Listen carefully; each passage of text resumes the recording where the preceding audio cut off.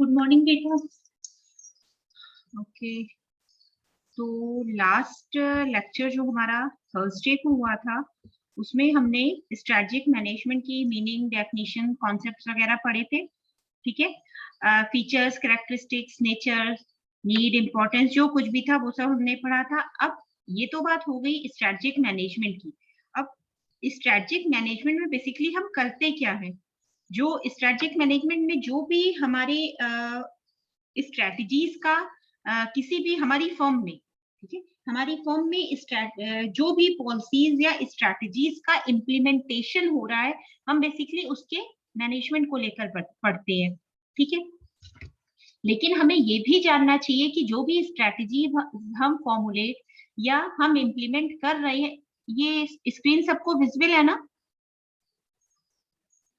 बोलो बच्चों। Yes ma'am. Okay okay, तो जो भी हम स्ट्रेटजीज को हम फॉर्मुलेट या हम इम्प्लीमेंट कर रहे हैं, ठीक है, वो बेसिकली वो स्ट्रेटजी का ओरिजिनेशन कहाँ से हुआ और ओवरऑल स्ट्रेटजी होती क्या है। हम पॉलिसीज, अगर कोई भी चीज हम अपनी लाइफ में डेली रूटीन में यूज कर रहे हैं या हम उसको इम्प्लीमेंट कर रहे हैं, तो सबसे पहले हमें ये जानना चाहिए आखिर जिसको हम यूज कर रहे हैं उसका मेन पर्पस क्या है। ठीक है? तो आज हम बात करें, क्या हुआ बेटा, क्या हुआ? ओके, तो जो आज हम बात करेंगे कि व्हाट इज स्ट्रेटजी। वॉइस नहीं क्लियर है। अब तो आ रही होगी, मेरे फोन में प्रॉपर नेटवर्क है। आपकी आवाज कट रही है मैम बीच में।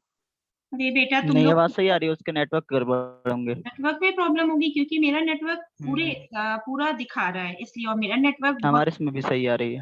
हाँ इसलिए Okay, नेटवर्क, तो सारे स्टूडेंट्स देख लो, नेटवर्क जोन में ही रहो, वो ज्यादा बेहतर है। जिस भी जगह पर हो थोड़ा आउटर में आ जाओ, ठीक है, मतलब बाहर की साइड हो के क्लासेस करो तो ज्यादा इजी होगा। ठीक है, तो अब हम बात करते हैं स्ट्रैटेजी की।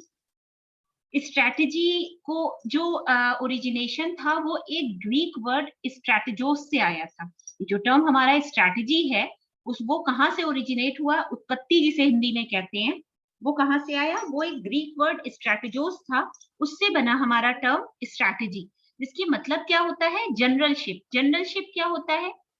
बेसिकली इस टर्म को हमने रिलेट किया गया है मिलिट्री फोर्स से। The actual direction of military force, जो मिलिट्री फोर्स होती है उसका मेन डायरेक्शन या रियल डायरेक्शन होता है, क्या होता है, जहां से वो अपने सारे जो भी प्लान होते हैं उसको वो एक्शन में कन्वर्ट करके आगे यूज करती है। ठीक है, तो बेसिकली हमें इतने डिटेल पे नहीं जाना है, हमें अब ये जानना है कि इन जनरल या इन लिटरल मीनिंग स्ट्रैटेजी होती क्या है। स्ट्रैटेजी का लिटरल मीनिंग क्या होता है कि जो भी हमारे बेसिक या जनरल जो भी गोल्स या ऑब्जेक्टिव्स हो गए हैं उन किसी भी फर्म के, हमारे खुद के नहीं, हम फर्म की बात कर रहे हैं, तो उस एंटरप्राइज या फर्म के या ऑर्गेनाइजेशन के जो भी गोल्स या ऑब्जेक्टिव्स हैं, उनके लिए कुछ ऐसे प्लान्स को फॉर्मुलेट करना और फिर उसका इम्प्लीमेंट कराना जिससे हम अपने जो भी हमारे पास अवेलेबल रिसोर्सेज हैं उनको इस तरीके से यूटिलाइज करें कि हम अपने गोल्स को, जो भी हमारे ऑर्गेनाइजेशनल या एंटरप्राइज के गोल्स हैं, उनको अचीव कर सके within a very little या मिनिमम टाइम स्पैन। ठीक है, लिखा भी हुआ है, in a broader sense it's strategy is defined as the determination of the basic long term objectives and goals of an enterprise and the formulation of plans and the acquisitions. Acquisition समझते हो? Merger, acquisition, joint venture, ये सब एक ही चीजें होती हैं। क्या होता है? हाँ, acquisitions, allocation and utilization of resources necessary to accomplish these goals. अपने जो भी हमने आई फर्म के हिसाब से हमने जो भी अपने गोल्स या ऑब्जेक्टिव्स या मोटिव सेट किए हैं उनको अचीव करने के लिए जो भी हम प्लान्स बनाते हैं या फॉर्मुलेट के साथ साथ उसको हम इम्प्लीमेंट भी करते हैं अपनी फर्म में डेली रूटीन में, उसको इस तरीके से उन्हीं प्लान्स को इम्प्लीमेंटेशन ही हमारा क्या कहलाता है, या उन्हीं का प्लान्स का फॉर्मुलेशन ही हमारा स्ट्रेटेजी कहलाता है। ठीक है, तो ये एक तरीके से कह सकते हैं कि set of plan of action भी हो सकता है, अब नेक्स्ट क्या दे रखा है, अकॉर्डिंग टू विलियम एफ ग्लुएक। ये जो ग्लुएक नाम तुम लोग हमेशा सुनते रहते हो, ये बहुत बड़े स्ट्रेटेजिस्ट, ठीक है। इन्होंने कैसे डिफाइन किया, इनके according strategy is a unified comprehensive and integrated plan designed to assure that the basic objectives of the enterprise are achieved। Strategy क्या होता है, एक कॉम्प्रिहेंसिव और इंटीग्रेटेड प्लान होता है। इंटीग्रेटेड इसलिए इसमें बहुत सारी चीजों को और शामिल किया जाता है, तब ये इंटीग्रेटेड प्लान होता है, जिसकी डिजाइन इस तरीके से की जाती है कि जो भी फर्म के बेसिक ऑब्जेक्टिव्स हैं उनको अचीव किया जा सके। लिखा हुआ है ना, डिजाइन्ड टू एश्योर, एश्योर करना मीन्स श्योरली, ठीक है, एश्योरिटी के साथ कहना कि इनका इस तरीके से डिजाइनिंग हुई है कि जो भी फर्म या एंटरप्राइज के ऑब्जेक्टिव्स हैं उनको अचीव किया जा सके। नेक्स्ट है हमारा एक और डेफिनेशन है एनसॉफ। एनसॉफ भी एक बहुत बड़े स्ट्रेटजिस्ट है। इनकी आगे चल के अभी जब रिवीजन कराएंगे, एक और चीज हम बता रहे हैं, रिवीजन में तुम लोग ये मत सोच के चलो कि इस टॉपिक के एक एक पॉइंट का रिवीजन कराएंगे, वो तो होगा ही होगा, बट कुछ ऐसी भी चीजें होती हैं जो हमारे सिलेबस के जो टॉपिक्स हैं उनसे को रिलेटेड टॉपिक्स होते हैं, उनको भी हम बताएंगे। तो अगर किसी बच्चे को ये प्रॉब्लम हो रही है कि मैम तो टॉपिक से हटके जो हमारे सिलेबस में टॉपिक्स हैं उनसे हटके बता रही है, तो उससे मत डरना, मत घबराना, कोई भी फालतू चीज नहीं बताई जाएगी। जो तुम्हारा सब्जेक्ट है ये कॉर्पोरेट स्ट्रेटजी, इससे रिलेटेड जितनी भी चीजें होती हैं सब जानना बहुत जरूरी है। आज तुम लोग पढ़ रहे हो, कल को जब बाहर जाओगे जॉब करोगे तब इन्हीं सब जो कुछ भी तुमने पढ़ा है इसी का तुम्हें प्रैक्टिकल एप्लीकेशन करना होगा। जिस भी फर्म में, सपोज तुम किसी कंपनी में जॉब करते हो, अगर कंपनी में एक टाइम के बाद तुम जब जॉब करोगे तुमसे कहा जाएगा फर्म इस कंपनी की प्रेजेंट टाइम में क्या क्या स्ट्रेंथ है, क्या क्या वीकनेस है, ये सब कुछ जानने के लिए तुम्हें सब कुछ स्टडी करना पड़ेगा। अदरवाइज सिर्फ और सिर्फ, इसीलिए कह रहे हैं सिर्फ और सिर्फ सिलेबस के सहारे ये मत करो कि सिलेबस में अगर यही टॉपिक दे रखा है, सिलेबस में स्ट्रेटजी नहीं मेंशन है तो हम वो नहीं पढ़ेंगे, ये मत करना। एग्जाम के पर्पस से पढ़ो बट साथ ही साथ उसके प्रैक्टिकल एप्लीकेशन पर भी ध्यान दो, ठीक है। एनसॉफ ने क्या कहा, strategy is the common thread among the organisations activities and product markets that defines the essential nature of business that the organization was or planned to be in future। Ansoff के according जो strategy थी वो क्या थी, organisation की जो किसी भी ऑर्गेनाइजेशन की जो एक्टिविटी थी, एक्टिविटी मींस क्या होता है, जो भी उनका प्रोडक्शन हो रहा है प्रोडक्ट या सर्विस के रिगार्डिंग, जो भी उनका प्रोडक्ट या सर्विस के रिगार्डिंग जो भी प्रोडक्शन हो रहा है उसमें जो भी हमें फ्यूचर में जिन भी चीजों की जरूरत हो सकती है उसकी प्रॉपर प्लानिंग करना, ठीक है।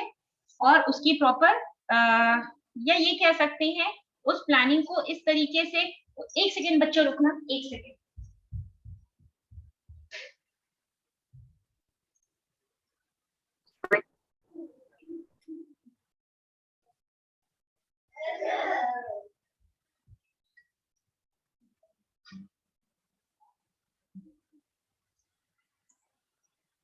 उसकी प्लानिंग इस तरीके से करना कि ओवरऑल क्या होता है, फोकस ऑर्गेनाइजेशन के गोल्स और ऑब्जेक्टिव्स को अचीव करना ही, जो फ्यूचर में काम होना है उसकी प्लानिंग प्रेजेंट टाइम में ही कर लेना, ठीक है। तो बेसिकली स्ट्रेटजी हम क्या कह सकते हैं, ये एक कॉम्प्रिहेंसिव या इंटीग्रेटेड प्लान के तौर पर काम किया प्लान होती है। एक सेकेंड बच्चों, एक सेकेंड, स्क्रीन, वेट, हाँ, ये क्या होती है, एक इंटीग्रेटेड प्लान होता है जिसकी डिजाइनिंग इस तरीके से हो कि जो भी फर्म के गोल्स हैं उनका with in given time of span proper resources के यूटिलाइजेशन से हम फर्म्स के गोल को अचीव कर सके। अब हमें ये जानना है कि जो हमने अभी स्ट्रेटजी की मीनिंग या डेफिनेशन या कॉन्सेप्ट पढ़ा, इस स्ट्रेटजी का नेचर, फीचर या कैरेक्टरिस्टिक्स क्या होता है। तो नेचर पे देखो, सबसे पहला पॉइंट है हमारा ग्रैंड प्लान। ग्रैंड प्लान इसलिए कहा जाता है क्योंकि जो स्ट्रेटजी होती है वो एक दिन, एक हफ्ते या एक महीने के लिए इसका फॉर्मुलेशन या इम्प्लीमेंटेशन नहीं होता है।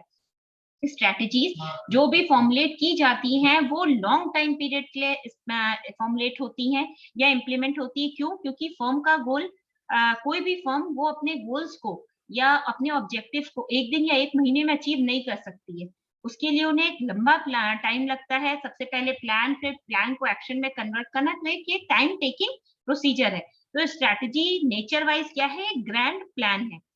नेक्स्ट क्या है, कॉम्पिटेटिव। कॉम्पिटेटिव इस सेंस में कह सकते हैं कि कोई भी जो हम स्ट्रैटेजी अगर हम अपनी फर्म में इम्प्लीमेंट करते हैं, वो क्यों करते हैं कि जो भी हमारे यहाँ हम अपनी फर्म में जो भी प्रोडक्शन या जो भी हमारी फर्म के एंड से गुड्स या सर्विसेज प्रोड्यूस हो रही हैं, वो इस तरीके से हम प्रोड्यूस करें कि हम अपने कॉम्पिटिटर्स को पीछे छोड़ के अपने प्रोडक्ट के साथ आगे बढ़ सके। तो जो भी हमारी स्ट्रैटेजी होती है वो बाय नेचर क्या होती है, कॉम्पिटिटिव होती है। नेक्स्ट क्या होता है, नेक्स्ट क्या पॉइंट है, कॉम्प्रिहेंसिव ऑब्जेक्टिव। कॉम्प्रिहेंसिव का मीनिंग क्या होता है बताओ, एमबीए कर रहे हो, एटलीस्ट तुम लोगों की वोकैबुलरी इतनी स्ट्रांग तो होनी चाहिए, बोलो बोलो बच्चों, कॉम्प्रिहेंसिव का मीनिंग क्या होता है? डिटेल समझते हो, डिटेल क्या ना बोलने की सिखाई है। कॉम्प्रिहेंसिव मीन्स होता है डिटेल, जो भी हम स्ट्रैटेजी अप्लाई फॉर्मुलेट कर रहे हैं या यूज कर रहे हैं या इम्प्लीमेंट कर रहे हैं विद इन द फॉर्म, वो क्या होती है, क्या होती है। अभी एक पॉइंट बताया था कि कॉम्प्रिहेंसिव एंड इंटीग्रेटेड प्लान, ये बहुत एक वास्ट होती है, वास्ट बेसिकली प्लान होता है जिसका ओवरऑल क्या होता है, पर्पस की स्ट्रेटजीज का इम्प्लीमेंटेशन के मेन पर्पस क्या होता है कि फर्म के अपने ऑब्जेक्टिव्स को क्या कर सके, उससे अपनी स्ट्रेटजी को रिलेट करके उन ऑब्जेक्टिव या गोल को अचीव कर सके। ठीक है, नेक्स्ट क्या दे रखा है, लॉन्ग टर्म गोल्स। किसी भी स्ट्रैटेजी के फॉर्मुलेशन में एक चीज, फर्म में जो भी स्ट्रैटेजीज को फॉर्मुलेट कर रहा है, मेनली हमारे टॉप लेवल मैनेजमेंट पर्सन ही होते हैं, उनको ये ध्यान रखना चाहिए कि स्ट्रैटेजी का जो भी फॉर्मुलेशन हो वो इस टाइप से हो कि ये एक लॉन्ग टर्म गोल के तौर पर काम करनी चाहिए। क्यों? क्योंकि कोई भी स्ट्रैटेजी अगर इम्प्लीमेंट की जाती है तो वो एक लंबे टाइम पीरियड के लिए किसी भी फर्म में काम करती है। नेक्स्ट क्या है, स्ट्रेटजी नेचर वाइज प्रोएक्टिव वे में काम करनी चाहिए। प्रोएक्टिव वे में इस तरीके से कि जो भी फर्म के पास अवेलेबल रिसोर्सेज हैं उनका यूज या उनका यूटिलाइजेशन या उनका एलोकेशन किस जगह पर किस रिसोर्स को अप्लाई कर यूज करके एलोकेट करना है। ठीक है, मींस उनका प्रॉपर एलोकेशन एंड यूटिलाइजेशन दोनों ही किस तरीके से होना चाहिए। तो इसलिए जो भी स्ट्रेटजीज हो वो प्रोएक्टिव फॉर्म में काम करनी चाहिए या प्रोएक्टिव नेचर की होनी चाहिए। नेक्स्ट क्या है, गाइड। गाइड मींस, गाइड को कैसे रिलेट कर सकते हो स्ट्रेटेजी के फीचर के तौर पर, बोलो। Yes ma'am. हाँ तो बोलो ना, यस मैम नहीं, स्ट्रेटेजी एज अ गाइड कैसे काम कर सकती है? अरे मैम जो मैम स्टडी है मैम वो एक डायरेक्शन देती है मैम, एक गाइड मतलब हमको करती है, हमको वर्क कैसे करना है, अपने प्लान को ऐसे एग्जीक्यूट करना है। हमें अपनी फर्म से रिलेटेड जो भी डिसीजन मेकिंग या डिसीजंस लेने हैं उसके लिए जो भी हमारी स्ट्रेटजी होती है वो हमें गाइडलाइन प्रोवाइड करती है, एक डायरेक्शन प्रोवाइड करती है। तो अगर देखा जाए स्ट्रेटजी क्या है for our firm, it work as a guide. ठीक है, नेक्स्ट क्या है, major course of action. Major course of action किस तरीके से हो सकता है, क्यों? क्योंकि जो मैम जो स्ट्रेटजी, हाँ बोलो मैम, जो स्ट्रेटजीज है मैम वो मतलब एक मतलब मैम पहले वो थ्योरी से है, तो मैम वो थ्योरी को मैम अपने एक्शन में लेके हाँ आते हैं, तो मैम वही हुआ मैम ये course of action obviously ma'am बात है, एक तरह हमने से। तो अभी तक एक रफ लेआउट डिजाइन कर रखा था अपने दिमाग में, उस चीज को हमने प्रॉपर पेजेस पे लाके उसको प्लानिंग में कन्वर्ट किया। अब उस प्लानिंग को हमें एक्शन में कन्वर्ट करना है। तो अगर देखा जाए तो ये एक मेजर कोर्स ऑफ एक्शन है। क्यों? क्योंकि इसमें सारे ही फंक्शंस को इन्वॉल्व किया जाता है, सारे ही internal as well as external factors को भी इंक्लूड किया जाता है, जिससे कि फर्म या ऑर्गेनाइजेशन के गोल को अचीव किया जा सके। ठीक है, अच्छा नेक्स्ट क्या है, blend of internal and external factors. बहुत ही कॉमन सी चीज है, जो भी हमारी स्ट्रेटजीज होती हैं वो कैसे अगर तुम अपनी फर्म में कोई स्ट्रेटजी को इम्प्लीमेंट या फॉर्मुलेट कर रहे हो तो कैसे करोगे, तुम अपने फर्म के अंदर विद इन द फर्म जो भी एटमॉस्फेयर है, साथ ही साथ तुम्हारी फर्म किस सराउंडिंग में वर्क कर रही है या उसका एक्सटर्नल एनवायरनमेंट कैसा है, उसी के अकॉर्डिंग ही तो बात करते हैं हम। तो जो भी हमारी स्ट्रैटेजीज होती हैं वो क्या होती हैं, दोनों का कॉम्बिनेशन होती है। किन दोनों का, इंटरनल कैपेबिलिटीज का और एक्सटर्नल फैक्टर्स का। नेक्स्ट क्या है, कॉम्बिनेशन ऑफ एक्शंस। हमारी जो स्ट्रैटेजी होती है वो इंटरनल एक्सटर्नल के साथ साथ जो भी एक्शन हम लेते हैं उसका एक कॉम्बिनेशन भी होता है। किसी भी टाइप की कंडीशन को में या को फेस करने के लिए या किसी भी प्रॉब्लम को सॉल्व करने के लिए और उस प्रॉब्लम को उसके डिजायरेबल एंड तक पहुंचाने के लिए सबसे नेसेसरी क्या होती है, स्ट्रैटेजी ही होती है। नेक्स्ट क्या है, कॉन्ट्राडिक्टरी एक्शन। अब स्ट्रैटेजी क्या होती है, उसकी जो मेन डिपेंडेंसी होती है वो जो भी फर्म होती है उसके इन्वायरमेंट पर या उसमें जो भी इंटरनल फैक्टर्स है उस पर बहुत फर्क पड़ता है। फर्म में किस टाइप का वर्किंग एटमॉस्फेयर है, इन सब का भी इन सब पर, ये जितने फैक्टर्स अभी हमने नाम लिए हैं इन सब का बहुत एक क्या बोल सकते हैं डीप इम्पैक्ट पड़ता है किस पर, हमारी स्ट्रैटेजी पर। तो ये सारे फैक्टर्स देखे जाए और स्ट्रैटेजी देखी जाए तो ये एक तरीके से कॉन्ट्राडिक्टरी एक्शन के तौर पर दोनों चीजें काम करती हैं। नेक्स्ट क्या है, फ्यूचर ओरिएंटेड। फ्यूचर ओरिएंटेड बहुत ही सीधी सी बात है, हम स्ट्रैटेजी क्यों प्लान या फॉर्मुलेट कर रहे हैं, जिससे हम आगे आने वाले टाइम में बेस्ट से बेस्ट परफॉर्म करके ज्यादा से ज्यादा प्रॉफिट हमारी फर्म अचीव कर सके। तो ये क्या है, हम फ्यूचर की तो बात कर रहे हैं, प्रीवियस के बेसिस पर या पास्ट के बेसिस पर हम फ्यूचर को अपने सिक्योर कर रहे हैं, अपनी फर्म के फ्यूचर को। तो ये क्या है, जो भी हमारी स्ट्रेटजीज है वो फ्यूचर ओरिएंटेड है। नेक्स्ट क्या है, dependent on system. Dependent on system mean जो भी हमारी स्ट्रेटजीज होती हैं वो एक सिस्टम के अकॉर्डिंग काम करती हैं, जिसके कुछ नॉर्म्स होते हैं, जिससे कि ऑर्गेनाइजेशन एक इफेक्टिव और एफिशिएंट वे में कोई भी ऑर्गेनाइजेशन वर्क कर सके।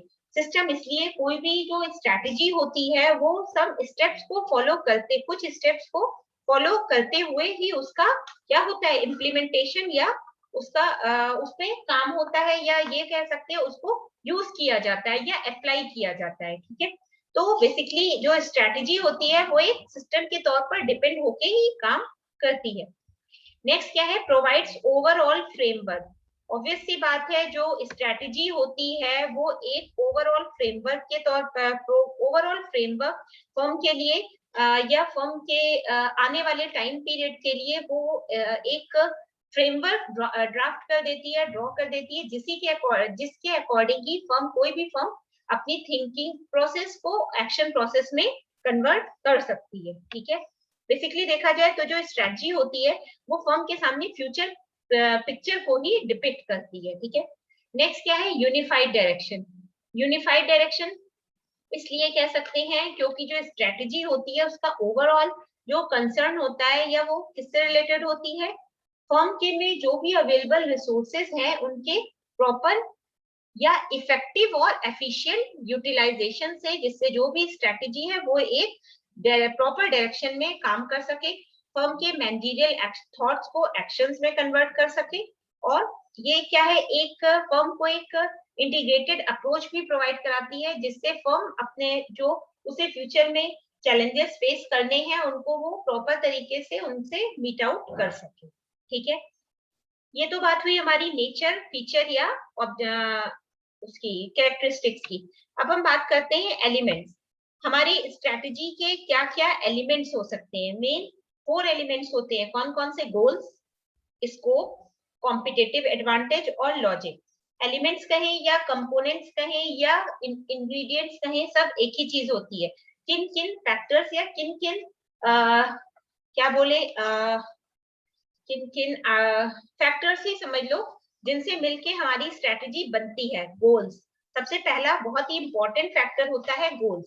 गोल्स इसलिए इंपॉर्टेंट होता है क्योंकि स्ट्रैटेजीज का फॉर्मुलेशन ही इसलिए होता है जिससे कोई भी फर्म अपने गोल्स को अचीव कर सके। ठीक है, नेक्स्ट है स्कोप। स्ट्रैटेजी जो तुम अप्लाई या इम्प्लीमेंट या फॉर्मुलेट कर रहे हो उसका बेसिकली स्कोप क्या है। ऑब्वियस सी बात है, हम अपनी फर्म के एटमॉस्फेयर को रीड करने के बाद अगर कोई स्ट्रैटेजी को फॉर्मुलेट या इम्प्लीमेंट कर रहे हैं तो हम पहले उसका फ्यूचर उस स्ट्रैटेजीज के इम्प्लीमेंटेशन के बाद क्या क्या कॉन्सिक्वेंसेस या कौन कौन सी सिचुएशंस क्रिएट हो सकती है हमारे फ्यूचर फर्म के सामने, इन सबको ध्यान में रखते हुए ही हम पॉलिसीज को स्ट्रेटजीज को फॉर्मुलेट कर रहे हैं। तो स्कोप एक बहुत ही इंपॉर्टेंट पार्ट है। नेक्स्ट क्या है, कॉम्पिटिटिव एडवांटेज। ये शायद सबसे इंपॉर्टेंट कहा जाए चारों एलिमेंट्स में तो गलत बात नहीं होगी। क्यों? क्योंकि कोई भी फर्म अगर किसी स्ट्रेटजी को यूज कर रही है तो उसका सिर्फ और सिर्फ एक ही पर्पस है कि वो मार्केट में अपने प्रोडक्ट या अपनी एक क्या बोले स्टैंडिंग प्रूव कर सके, खुद को एस्टेब्लिश कर सके in front of their customers या in front of their potential customers. ठीक है, तो कॉम्पिटिटिव एडवांटेज इस तरीके से कि स्ट्रेटजीज अगर अप टू मार्क होंगी जिन्हें हम अपने ऑर्गेनाइजेशन में यूज कर रहे हैं या इम्प्लीमेंट कर रहे हैं, तो ऐसे केस में हम अपने कॉम्पिटिटर्स को पीछे छोड़ के और हमारा प्रोडक्ट तभी ही आगे बढ़ पाएगा। नेक्स्ट क्या है, लॉजिक। लॉजिक एक इम्पॉर्टेंट एलिमेंट तो है बट इसे सबसे लास्ट में प्लेस इसलिए दी गई है क्योंकि ऑलरेडी स्कोप और गोल्स में ही कहीं ना कहीं लॉजिक को शामिल कर लिया गया है। लॉजिक हमारा ये होता है जो भी हम स्ट्रेटजीज को फॉर्मुलेट या इम्प्लीमेंट कर रहे हैं वो किसी प्रॉपर जेन्युइन रीजन के थ्रू ही हमें उनका इम्प्लीमेंटेशन करना चाहिए। ऐसा इसलिए कह रहे हैं क्योंकि अगर हमने अपने फर्म के इंटरनल और एक्सटर्नल एनवायरनमेंट को रीड बहुत अच्छे से किया है, मार्केट सिचुएशंस बहुत अच्छे से हमने एनालिसिस उसकी कर रखी है, उस केस में जो भी हम स्ट्रेटजीज फॉर्मुलेट करेंगे तो वो बहुत ही जेन्युइन होंगी। ठीक है, related to present market condition होंगी। ठीक है, as well as related to our firm's own atmosphere भी होगा कि हमारी फर्म किस टाइप की है, जो हम पॉलिसीज बना रहे हैं वो हमारी फर्म से प्रॉपर मैच या कोरिलेट कर पाएंगे।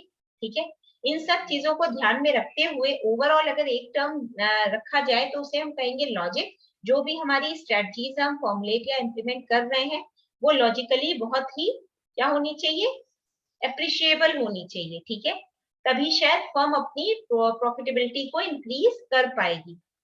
नेक्स्ट क्या है, लेवल्स ऑफ स्ट्रेटजी। हमारी स्ट्रेटजी के क्या लेवल्स होते हैं, क्या टाइप्स होते हैं। लेवल्स या टाइप्स हमारे स्ट्रेटजी के हमारी लेवल ऑफ मैनेजमेंट से रिलेटेड होते हैं। हमारे मैनेजमेंट के 3 टाइप के लेवल्स होते हैं, सेम उसी के अकॉर्डिंग हमारी 3 टाइप की स्ट्रेटजीज होती हैं। कौन कौन सी होती हैं? सबसे पहली हमारी होती है कॉर्पोरेट स्ट्रेटजी, नेक्स्ट होती है हमारी बिजनेस लेवल स्ट्रेटजी, सबसे लास्ट होती है हमारी फंक्शनल लेवल स्ट्रेटजी। तो सबसे पहली अगर हम बात करें कॉर्पोरेट लेवल स्ट्रेटजी हमारी फॉर्मुलेट की जाती है। वैसे तो बेसिकली जितने भी टाइप की स्ट्रेटजीज है, चाहे वो बिजनेस लेवल हो, कॉर्पोरेट लेवल हो या फंक्शनल लेवल हो, सबके सब हमारी टॉप मोस्ट अथॉरिटी के थ्रू ही ओवरऑल उनका फॉर्मुलेशन या इम्प्लीमेंटेशन होता है। बट समटाइम्स कुछ ऐसे केस होते हैं जहां पे टॉप मोस्ट अथॉरिटी के थ्रू सिर्फ पॉलिसीज को फॉर्मुलेट कर दिया जाता है बट उनका proper suitable and in time implementation business level strategies के थ्रू फंक्शनल लेवल स्ट्रेटजीज पर कराया जाता है। अब ये कैसे है ये समझो। जो कॉर्पोरेट लेवल स्ट्रेटजी होती है हमारी, वो बेसिकली हमारे टॉप लेवल मैनेजमेंट से रिलेटेड होती है।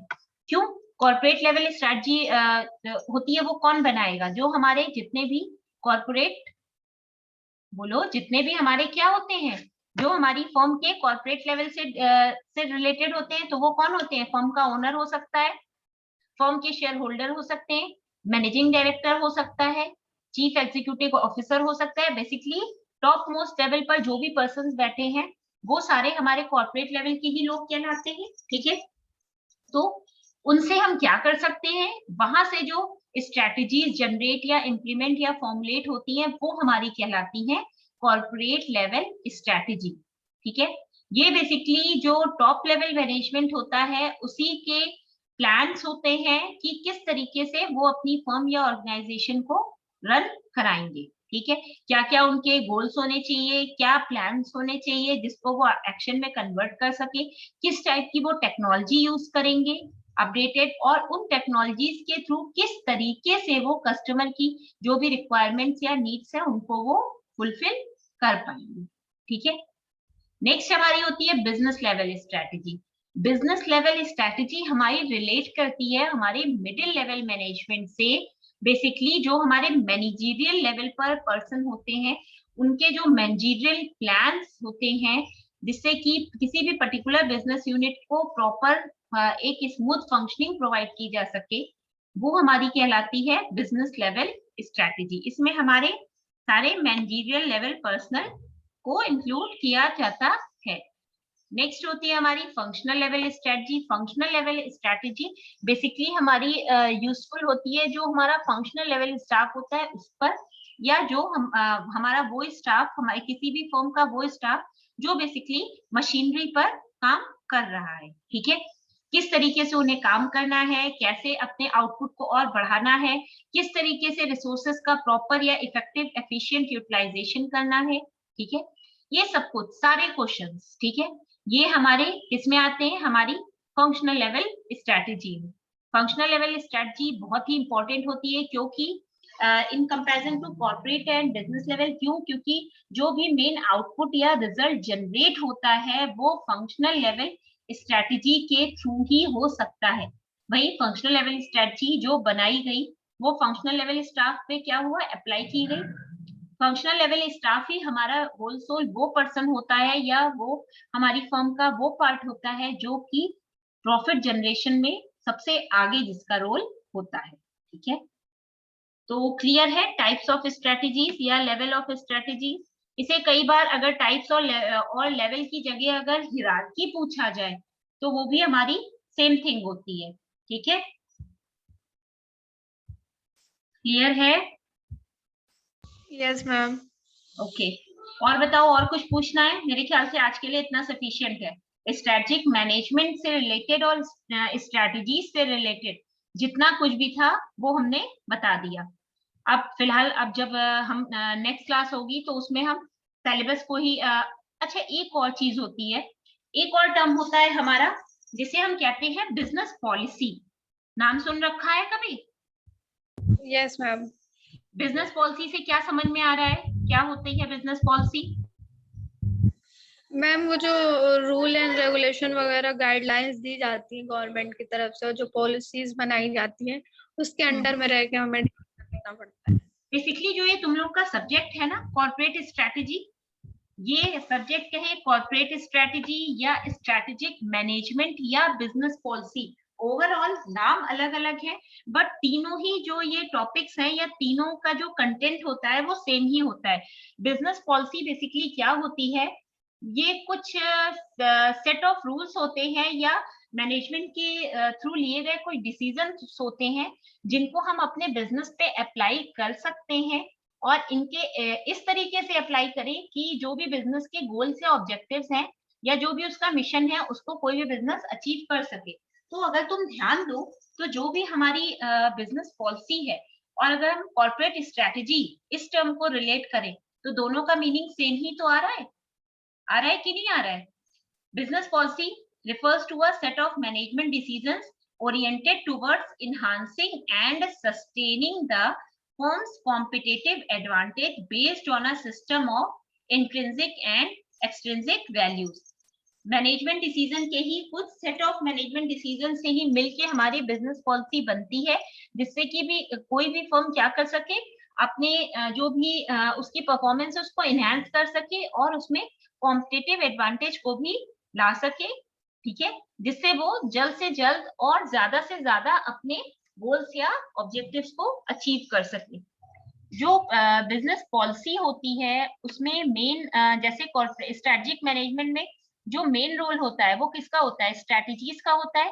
सेम उसी तरीके से बिजनेस पॉलिसी में पॉलिसीज का बहुत ज्यादा रोल होता है और उसके लिए टाइप्स ऑफ पॉलिसीज भी होती है। एक ब्रीफ दे रहे हैं वो सुन लो, इम्पोर्टेंट तो एज सच नहीं है बट फिर भी पता होना चाहिए कि हमारी टाइप्स ऑफ पॉलिसीज कौन कौन सी होती है। सबसे पहली हमारी पॉलिसी होती है policies based on nature of origin, किस टाइप का हमारा बिजनेस है या कहाँ से उसकी ओरिजिनेशन होना चाहिए, उस पर बेस्ड जो हमारी पॉलिसीज होती है वो 3 टाइप की होती है। कौन कौन सी? ओरिजिनेटेड, अपील्ड और इम्पोज्ड। ठीक है, अब नेक्स्ट है हमारी category policies based on expression, किस फॉर्म में होनी चाहिए हमारी पॉलिसी, मींस ओरल होनी चाहिए, या रिटन होनी चाहिए या इम्प्लाइड होनी चाहिए? ओरल तो ऑब्वियस सी बात है, कुछ ऐसे सेट ऑफ रूल्स जो कोई भी फर्म अपने एम्प्लॉयज को या अपने लोअर और मिडिल लेवल मैनेजमेंट को वर्बली या वर्ड ऑफ माउथ फॉर्म में एक्सप्लेन कर देती है, वो हमारी ओरल पॉलिसी हो जाती है। रिटन पॉलिसी हमारी वो पॉलिसी होती है जो रिटन फॉर्म में होती है, मीन्स जो भी पॉलिसीज होती हैं उनको हम क्या करते हैं रिटन फॉर्म में ही अपने पास रखते हैं, जिससे अगर इन केस कभी फर्म में किसी टाइप की कोई प्रॉब्लम आती है, फर्म को फेस करनी पड़ती है, तो उन पॉलिसीज को हम फिजिकल एविडेंस के फॉर्म में यूज कर सकते हैं। नेक्स्ट हमारी होती है इम्प्लाइड पॉलिसी। इम्प्लाइड पॉलिसी हमारी वो पॉलिसी होती है जब जो टॉप लेवल मैनेजमेंट होता है वो अपने उनके दिमाग में या माइंड में जो भी आइडियाज होते हैं उनको वो डिमॉन्स्ट्रेशन के थ्रू अपने क्या करते हैं, लोअर लेवल और मिडिल लेवल मैनेजमेंट के सामने प्रेजेंट करते हैं, तो वो हमारी कहलाती है इम्प्लाइड पॉलिसी। ठीक है, नेक्स्ट हमारी पॉलिसी का जो कैटेगरी होती है वो होती है बेस्ड ऑन फंक्शंस। अब जो हमारी फर्म है उसमें बहुत सारे काम हो रहे हैं, परचेजिंग भी हो रही है, सेल्स भी हो रही है, मार्केटिंग भी हो रही है, एडवर्टाइजिंग भी हो रही है, फाइनेंस भी हो रहा है, प्रोडक्शन भी हो रहा है, तो बहुत सारी यूनिट्स या बहुत सारे डिविजन्स वर्क कर रही हैं हमारी फर्म में। अब इनके प्रॉपर क्या बोल सकते हैं, इनकी प्रॉपर फंक्शनिंग के लिए क्या होना चाहिए, प्रॉपर पॉलिसीज बननी चाहिए, तो उसी को कैटेगराइज कर दिया है। पर्सनल पॉलिसीज मींस ये सारी एम्प्लॉयज से रिलेटेड होती है, मींस एम्प्लॉयज के वेलफेयर, उनके इंक्रीमेंट, उनके प्रमोशन या उनकी डेवलपमेंट अपॉर्चुनिटीज या उनकी ट्रेनिंग, इन सब से रिलेटेड। ठीक है, नेक्स्ट होती है मार्केटिंग पॉलिसीज। मार्केटिंग पॉलिसीज हमारी वो पॉलिसीज होती हैं जो भी फर्म होती है वो अपने प्रोडक्ट की मार्केटिंग के लिए कुछ टाइप का कुछ स्पेसिफिक पॉलिसीज का फॉर्मेशन करती है, वो हमारी होती है मार्केटिंग पॉलिसीज। नेक्स्ट हमारी होती है फाइनेंस पॉलिसीज। कंपनी को अपने फाइनेंशियल स्ट्रक्चर को भी ध्यान में रखना चाहिए। ठीक है, मींस या तो फर्म टोटल डेट होती है या टोटल इक्विटी होती है, बट अगर जनरली हम देखें कोई भी फर्म टोटल डेट फर्म नहीं होती है। जनरली इक्विटी और डेट का प्रॉपर एक जो रिक्वायर्ड रेशियो होता है उसी के अकॉर्डिंग कोई भी फर्म का फाइनेंशियल स्ट्रक्चर डिफाइन किया जाता है। तो फर्म को अपने फाइनेंशियल फंक्शंस के लिए भी एक पॉलिसीज को इम्प्लीमेंट करना चाहिए। नेक्स्ट है प्रोडक्शन पॉलिसी। प्रोडक्शन मीन्स हमारी फर्म के में जो भी मैन्युफैक्चरिंग या प्रोडक्शन हो रहा है उससे रिलेटेड हमें कुछ पॉलिसीज को फॉर्मुलेट करना चाहिए, तो वो हमारी प्रोडक्शन पॉलिसीज होती हैं।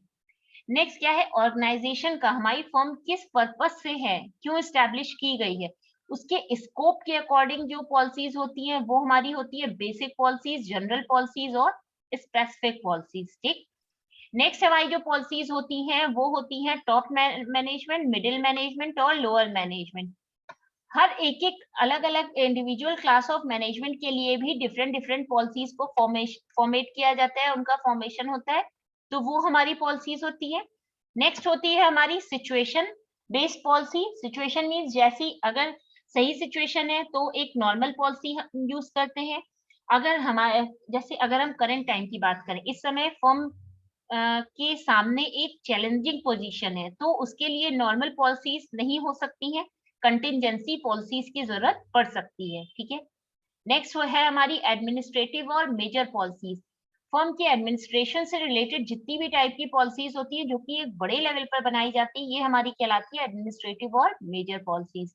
नेक्स्ट है हमारी डिपार्टमेंटल और माइनर पॉलिसीज। डिपार्टमेंटल मीन्स जो अभी हमने यूनिट वाइज बताया था, प्रोडक्शन, पर्सनल और फाइनेंशियल, ये हमारी क्या कहलाती है, डिपार्टमेंटल पॉलिसीज, या इन्हें माइनर पॉलिसीज भी कहते हैं। माइनर इसलिए क्योंकि ये फर्म की कुछ एक पर्टिकुलर डिवीजन या यूनिट से रिलेटेड होती हैं। एडमिनिस्ट्रेटिव को मेजर इसलिए कहा जाता है क्योंकि कुछ पॉलिसीज ऐसी होती हैं जो ओवरऑल फर्म के लिए सेम, जिनमें एक एक एम्प्लॉय के लिए सेम रूलिंग होती है। तो ये क्लियर हुआ पॉलिसीज का कैटेगराइजेशन। नेक्स्ट लेक्चर में तुम लोगों को बिजनेस पॉलिसी और कॉर्पोरेट स्ट्रेटजी में डिफरेंस भी बताएंगे। पता होना चाहिए कि क्या डिफरेंस होता है। ठीक है, क्लियर है बच्चों? ओके, तो आज की क्लास वाइंड अप करें। मैम अटेंडेंस ले लें पहले, कल छूट गई थी। ओके ओके, ले लो, स्क्रीनशॉट लेना होगा। कितना मैम एग्जाम तो मैम नहीं होंगे। एग्जाम का कोई आइडिया नहीं है, ये सब अभी यूनिवर्सिटी ओपन होगी कुछ टाइम में, तब अपने आप पता लग जाएगा। और जो भी आज बताया है डे बाय डे रिवाइज करते रहो। ठीक है? यस मैम, वो तो हम खैर कर रहे हैं। मैम अटेंडेंस कम हो रही है, क्या अटेंडेंस? अटेंडेंस बहुत कम हो रही है मैम। बेटा क्या बोल सकते हैं, स्टूडेंट्स क्लास में ऐड नहीं होते हैं, क्या किया जा सकता है? मैम उन लोग मैं मालूम चलेगा कि मैम अब क्लास में मैम ये एग्जाम तो होंगे, तो मैम अटेंडेंस से क्या दैट्स व्हाई उन लोगों को मिलता नहीं है ना मैम, ये पिछली नॉट अटेंडिंग क्लास। नहीं कर रहे हैं उनको भी उतने ही मार्क्स मिल रहे हैं, जो कर रहे हैं उनको भी इतने ही मार्क्स मिल रहे हैं। यस मैम, ये मैम ये यस मैम, ये मैम थोड़ा सा मैम तकलीफ देता है मैम। मैम इंसान नहीं, बात तो सही है, बात सही है, लेकिन इसमें देखो एज अ टीचर तो हम कुछ कर नहीं सकते हैं। तुम लोग इसके रिगार्डिंग एक बार हैदर सर से बात करो, शायद वो कुछ हेल्प कर पाए। ठीक है?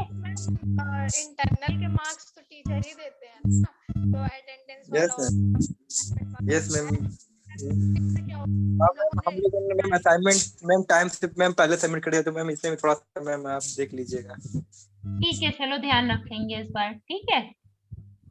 यस ओके, थैंक यू बच्चों, ma'am, thank you. Bye bye.